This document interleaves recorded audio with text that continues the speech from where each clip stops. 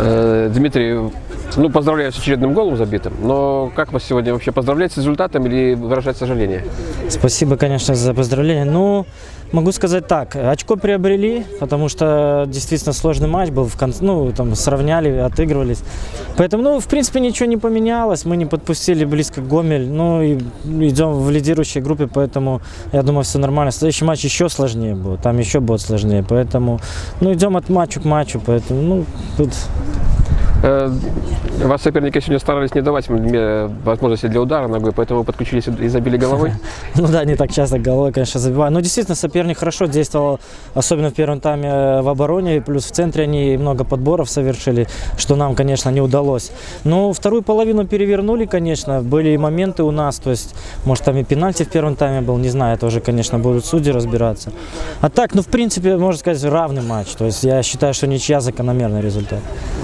Объясните ситуацию, когда вы отсутствуете 2 минуты на поле, там судья какой-то амуниции к вашей представлению? Ну да, что-то там подтрусники моего цвета не понравились ему. Я уже вроде и закасал их так, чтобы они не были видны. Но сказали снять, пришлось голым убирать. С голыми. Поэтому, ну и, видимо, такой регламент у них. Ну, в следующий раз уже, да, придется черное делать. Но чувствовал, что команда сегодня другого уровня, чем первого, да, соперника, чтобы... Ну, конечно, Гомель все-таки областной город, плюс у них самые высокие задачи, плюс и команда подобрана, тренерский штаб интересно работает. Поэтому, ну, хорошая команда, действительно. Поэтому мы довольны ничьей, можно так сказать. Мы сильно не расстраиваемся, потому что еще дистанция длинная, и, как бы, можно сказать, стратегическое очко мы заработали. И поэтому, ну, никаких, в принципе, шараханий пока не будет.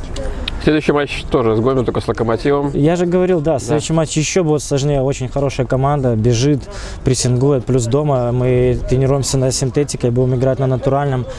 Ну, блин, что сказать, мы профессионалы, поэтому выйдем и на натуральном сыграем. Поэтому, ну, хочется и там хотя бы не потерять очки. Спасибо большое. Спасибо.